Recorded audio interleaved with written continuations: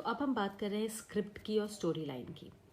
आपको जब एग्ज़ाम में आता है कि किसी एक टॉपिक के ऊपर आप एक स्क्रिप्ट लिखिए या आप एक कंसेप्ट नोट लिखिए, this is a concept note, तो आप क्या क्या लिखेंगे? तो आप पहले लिखते हैं अपना synopsis. What is your synopsis? This synopsis is actually your story. लेकिन ये साइनॉप्सिस लिखने से पहले भी आपको एक स्टेज करनी चाहिए। आपको अपनी एक कम्युनिकेशन स्ट्रैटेजी डिज़ाइन करनी चाहिए। कम्युनिकेशन स्ट्रैटेजी डिज़ाइन करने का मतलब है कि आप ये देखें कि आपकी टारगेट ऑडियंस कौन है। अगर ये ऐड है स्पेशली या फिल्म है जो भी, तो ऐड के लिए तो बहुत ज़रूरी है कि आपकी टारगेट ऑडियंस कौन है।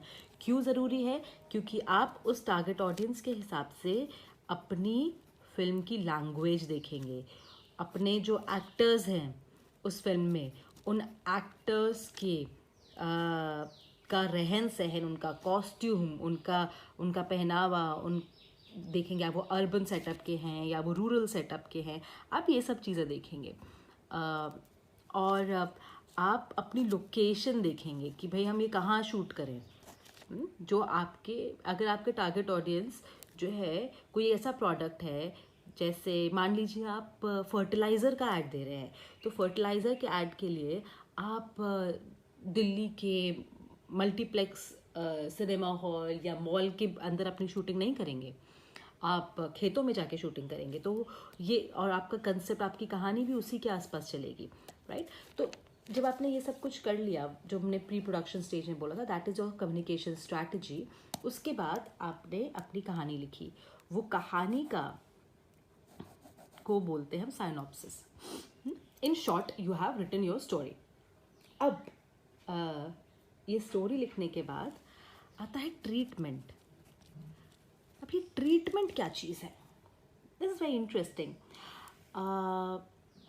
जैसे स्टोरी तो let me give you very basic example. आपकी एक फिल्म की स्टोरी है।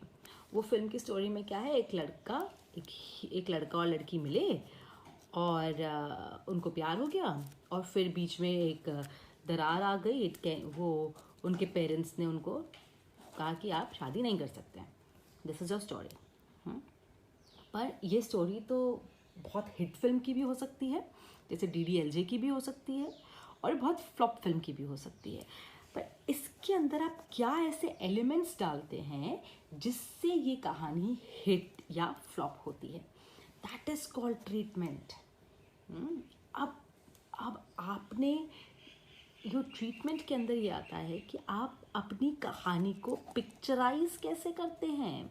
आप इसमें क्या ऐसी चीज़ें डालते हैं, क्या आपकी स्टोरी में वो एलिमेंट्स डालते हैं जिससे कि वो इंटरेस्टिंग हो जाए। भले कहानी वही है पर वो इंटरेस्टिंग हो जाए। जैसे कि ये इन लड़का लड़की के मिले कैसे, बातें क्या हुई, फिर ये कन्फ्लिक्ट अगर आया तो वो कन्फ्लिक्ट किस तरह से आया, फिर रिजॉल्व हुआ तो किस तरह से रिजॉल्व हुआ। That is called treatment. How will you treat your film? एक टूथपेस्ट का ऐड है। एक टूथपेस्ट के ऐड में आपने बोला कि हाँ जी, इससे कैविटीज़ नहीं होती, या ये बहुत अच्छा है। अब ये था, वो तो आपकी स्टोरी हो गई कि एक माँ ने अपने बच्चे को बताया। लेकिन ट्रीटमेंट में आप इसको कोलगेट के ऐड का ट्रीटमेंट बना सकते हो। आप इसको सेंसोडाइन में कोई डॉक्टर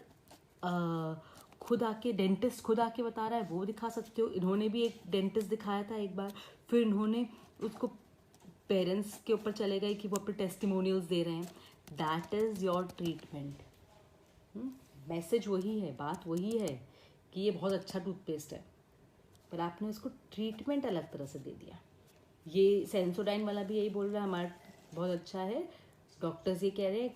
कोलगेट ने भी एक ज़माने में यही बोला था कि जो डेंटिस्ट का सुझाया टूथपेस्ट, पर बोलने का तरीका आगे। If you just revisit the advertisements made by Colgate and Sensodyne, you will understand कि how different they are, and the difference in their advertisement is actually treatment.